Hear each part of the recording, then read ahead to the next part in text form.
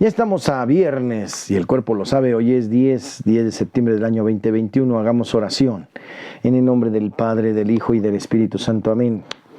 Espíritu de bondad, te ruego me llenes del don de piedad para practicar con todos la justicia, dando a cada uno lo suyo, a Dios con gratitud y obediencia, a los hombres con generosidad y amabilidad. Espíritu omnipotente, te ruego que me llenes del don de fortaleza para perseverar con constancia y confianza en el camino de la perfección cristiana, resistiendo con paciencia todas las adversidades. En el nombre del Padre, del Hijo y del Espíritu Santo. Amén. Gracias por acompañarnos en este nuevo video, hoy en Espíritu Canal, viernes.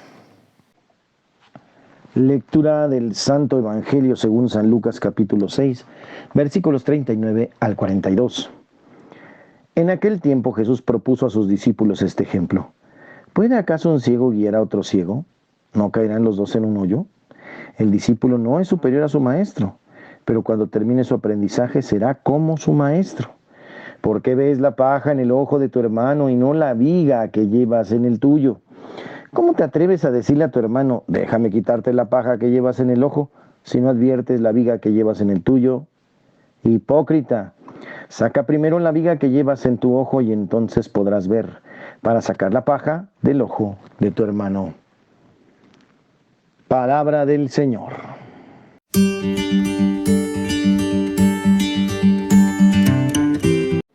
En el Evangelio de hoy encontramos cómo Jesús critica a los hipócritas, o sea, a aquellos que están dispuestos a juzgar a sus hermanos, a juzgar a los demás. Esa gente que de todo despepita en contra de alguien, en contra de sus amigos, en contra de los del grupo, de los de la parroquia, de su párroco, incluso del Papa. Hablan pestes, dicen cosas, dicen solamente porque tienen boca, tienen por dónde hablar y por eso lo hacen. Y entonces nos hace entender que hay gente emberrinchada, ¿no? Como quien habla mal de su esposo o de su esposa. Si tú le elegiste, hermano, entonces ¿por qué hablas mal de ella? Hablas mal de ti mismo. Han ganas de decirle a esos hermanos que de todo están en contra. Pues si no le gusta esta iglesia, pues váyase a la que usted quiera, ¿verdad? O haga o fabrique la propia, como tantos lo han hecho. Ponga usted a su propio sacerdote, invente usted su propio papa, invente usted sus propias ideas, ¿verdad? Somos muy dados a juzgar al otro, a poner atención en la pelucita, en la pajita que tiene el hermano en su ojo. Pero cuando nos damos cuenta nosotros tenemos una bigota enorme. Qué fácil es juzgar, es señalar. Ve tu vida, hermano, y te vas a dar cuenta que hay mucho que cambiar. Y ante la iglesia, pues obedece, porque no es democrática, es jerárquica. Bienvenido a la realidad, así es, ¿verdad? No va a ser el Papa lo que nosotros queramos, no va a ser el sacerdote lo que nosotros queramos. Todo se puede dialogar, consensar, pero tengan en cuenta que el pastor tiene que ver a su grey, ¿verdad? Su visión tiene que ser periférica, no puede simplemente atender a unos y a otros no. Sería egoísta que solamente atendiera a unos a los que les cae bien y a los demás no. Hay que repartir el corazón, así es un sacerdote, así es el Papa, un corazón que busca lo mejor para todos. Confiemos en su palabra. Si no confiamos en el Papa, entonces no creemos en Cristo, ya que creemos que Cristo lo puso. Y hoy en el gozo de tener incluso un Papa emérito, que no es la primera vez en la historia, ¿verdad?, que dimitió, renunció por su cansancio, por su enfermedad. Dijo, ya no puedo con esto, que venga otro. Y miren, tenemos a Francisco, el primer latino que piensa un poquito más cercano a nosotros, por eso es muy simpática sus palabras y más cercanas a nosotros. Pues hermanos, dejemos de juzgar al otro, dejemos de ver la pelusa en el ojo del otro y chequemos nuestra viga. Más vale revisar y hacer examen de conciencia y después la confesión. Hágalo usted, por favor.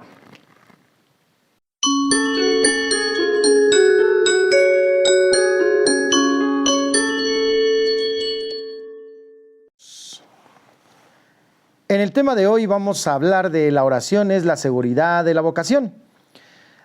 ¿Cómo no preguntarle al Señor hacia dónde llevar nuestra vida si Él nos la dio?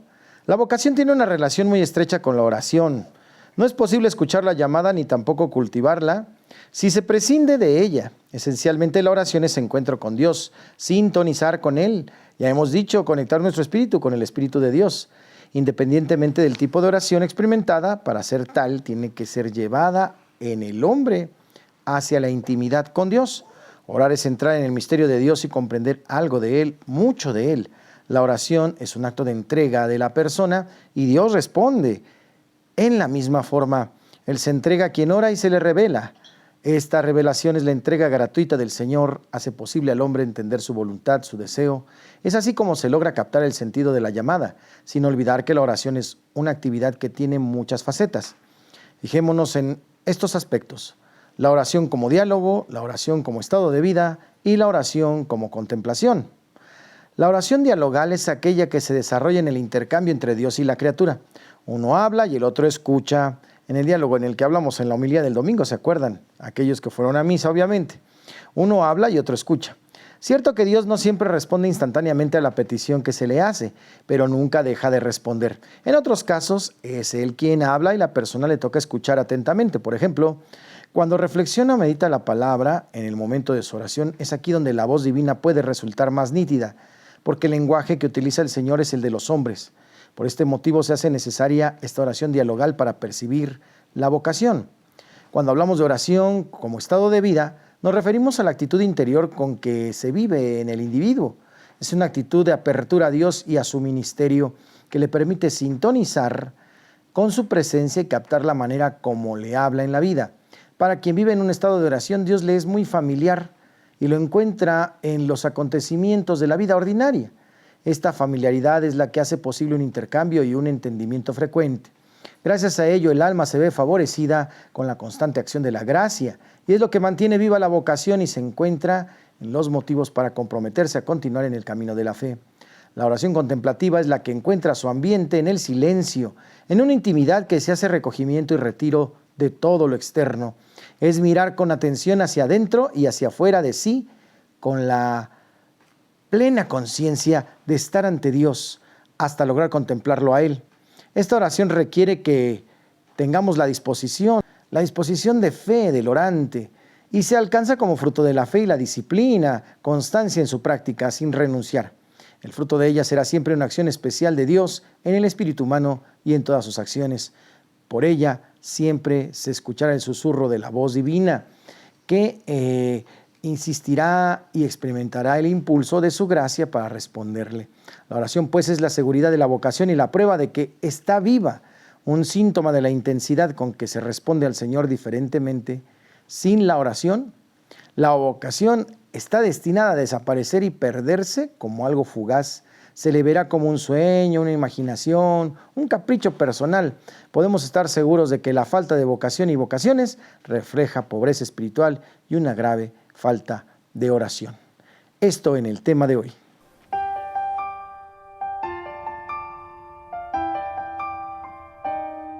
Pues vamos ya a la rola del alma. Hoy presentamos la canción que se llama ¿Qué detalle, Señor, has tenido conmigo?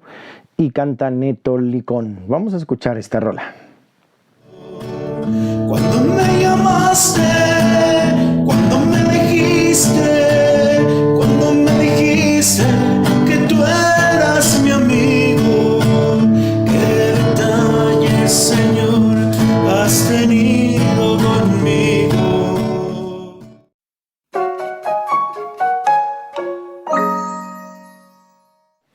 Hoy en Santos y Conversos tenemos a San Nicolás de Tolentino, patrono de las almas del purgatorio. San Nicolás de Tolentino, que nació en el año 1245 y fue llamado a la presencia de Dios en 1305, nació en San Angelo, Pontano, Italia.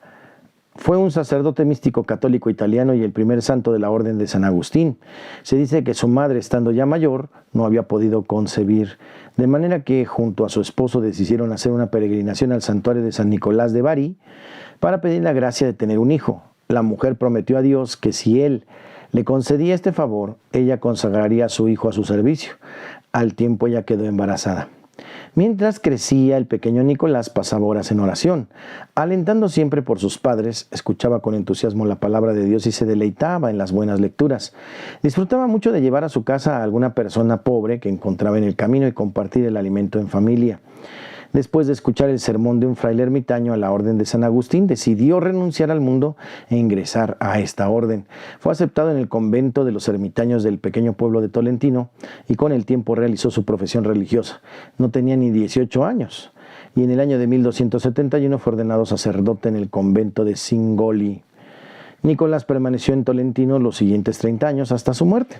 Allí predicó en las calles, administró los sacramentos a los pobladores y visitó asiduamente el asilo de ancianos, el hospital y también la prisión. Pasaba largas horas en oración y cuando no, estaba en el confesionario atendiendo las necesidades espirituales de la gente. Vivía con marcada sencillez y ascetismo, ayunaba con periodicidad y se alimentaba principalmente de verduras y hortalizas. San Nicolás de Tolentino se le atribuyen muchísimos milagros en intercesión, tanto en vida como en postmortem. Cuando por gracia de Dios sobraba alguno, pedía a quienes lo presenciaron que guarden reserva y no digan nada a nadie. Denle las gracias a Dios, a mí no, solía decir. Los fieles, impresionados por las conversiones que producía gracias a su testimonio de vida, le pedían constantemente que intercediera por las almas del purgatorio. Esto le valió mucho años después de su muerte, ser llamado patrón de las santas almas y protector de las ánimas del purgatorio. Nicolás padeció por varios años de fuertes dolores de estómago y por periodos de salud se quebraba completamente. Un día, estando gravemente enfermo, se le apareció la Virgen María y le dio instrucciones para que pidiera un trozo de pan, lo mojara en agua y se lo comiera, con la promesa de que se curaría por su obediencia. Otro relato señala que fue la misma Virgen quien le dio de comer los trozos de pan. Así Dios curó a San Nicolás por intercesión de la Virgen, y a partir de este hecho, el santo empezó a bendecir trozos de pan para dárselo a los enfermos. Con este sencillo gesto, muchos quedaron curados.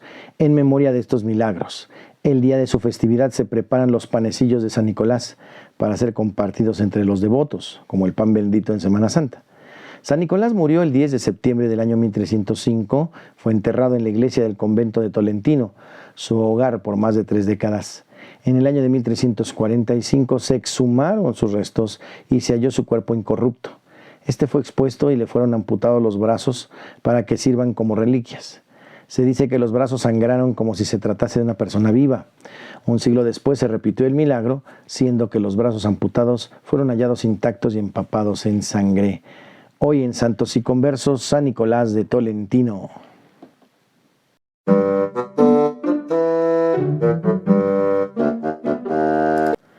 En el chiste, un borrachito va a la cantina y le dice al tendero: ¿sería tan amable de venderme por favor 20 litros de vino? Sí, cómo no, ¿trae usted recipiente? Sí, cómo no, dice el borrachito, yo soy el recipiente, échele aquí.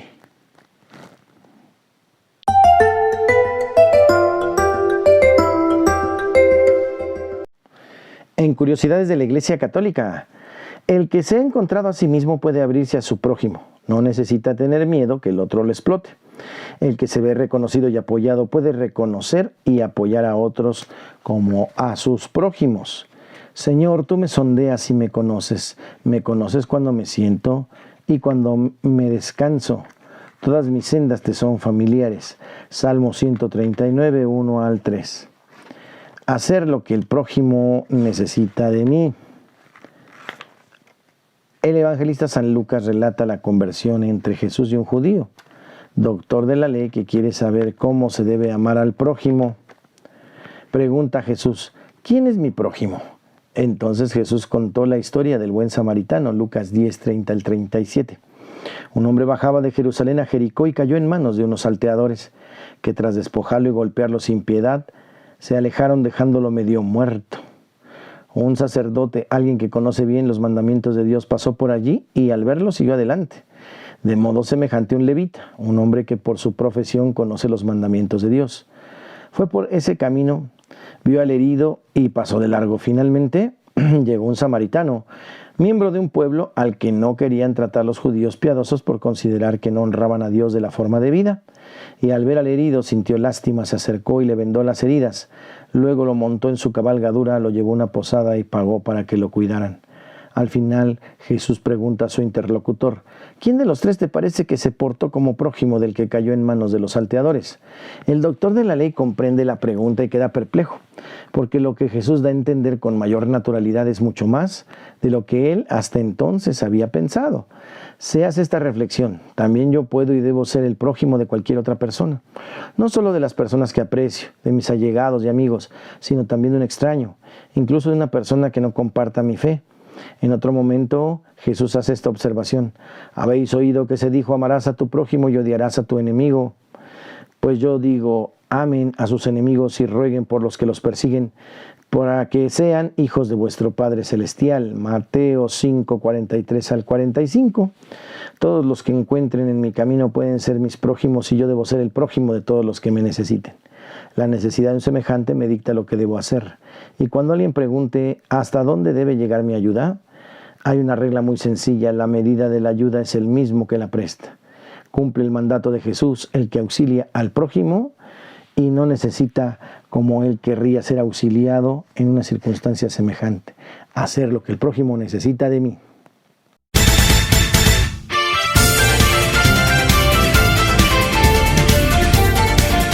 En la buena onda los convido, queridos hermanos, a apoyar a los párrocos, que en este tiempo es tiempo de pagar el seguro sacerdotal de gastos mayores.